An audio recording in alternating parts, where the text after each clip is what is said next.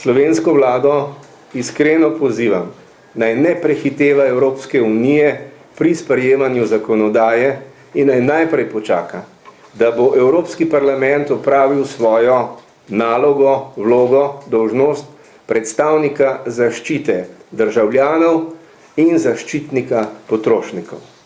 Nasproti komisiji, ki ščiti predvsem notranji trg.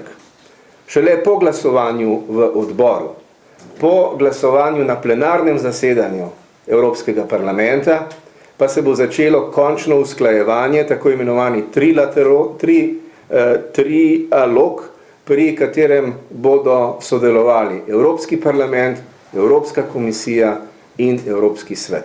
Zato imamo do sprememb še dovolj časa in zato je to, kar se je zgodilo prejšnji teden, nepotrebno zaletavanje, ki povzroča veliko, nepotrebno, tako politično, kot tudi moralno škodo.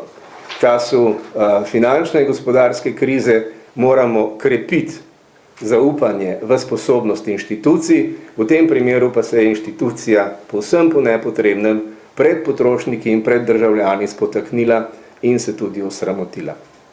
Zdaj smo polnopravna, enakovredna članica in zgodba me spominja na približno tisto, kot če nekomu zob lahko popravimo z eno dobro plombo, mi bi ga pa na podlagi ukrepov administracije raje izruvali, pa še kakšnega zdravega zraven, da bo ja stvar čisto v redu.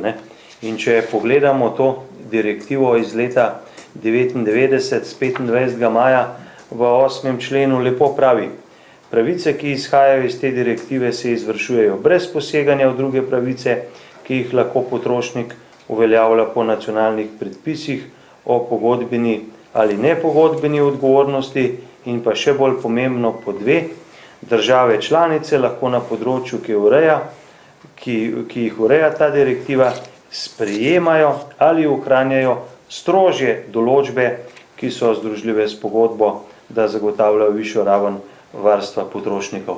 In v poslanskem klubu Liberalne demokracije Slovenije smo prepričani, da imamo ravno to področje z garancijami Slovenke in Slovenke tako dobro urejeno, da ni malo tistih tekstov, kjer celo Evropejce zanima naš primer dobre prakse, ki deluje. Zato nam je seveda tu zadeva jasna. Mislim, da je prišel trenutek, ko je treba tudi evropske inštitucije zavarovati pred škodo, ki jo, glede na podobo in na način, kako slikajo evropske inštitucije, povzročajo nekateri administratorji doma. Torej, evropska birokracija, evropske inštitucije morajo služiti evropskim državljanom. Ne more biti pa to izgovor za tako nezrelo tolmačenje in nezrelo branje usmeritev, ki gredo na škodo državljanov Republike Slovenije oziroma potrošnikov, ki živijo ali kupujejo v Sloveniji, kot se je to zgodilo v tem zadnjem primeru.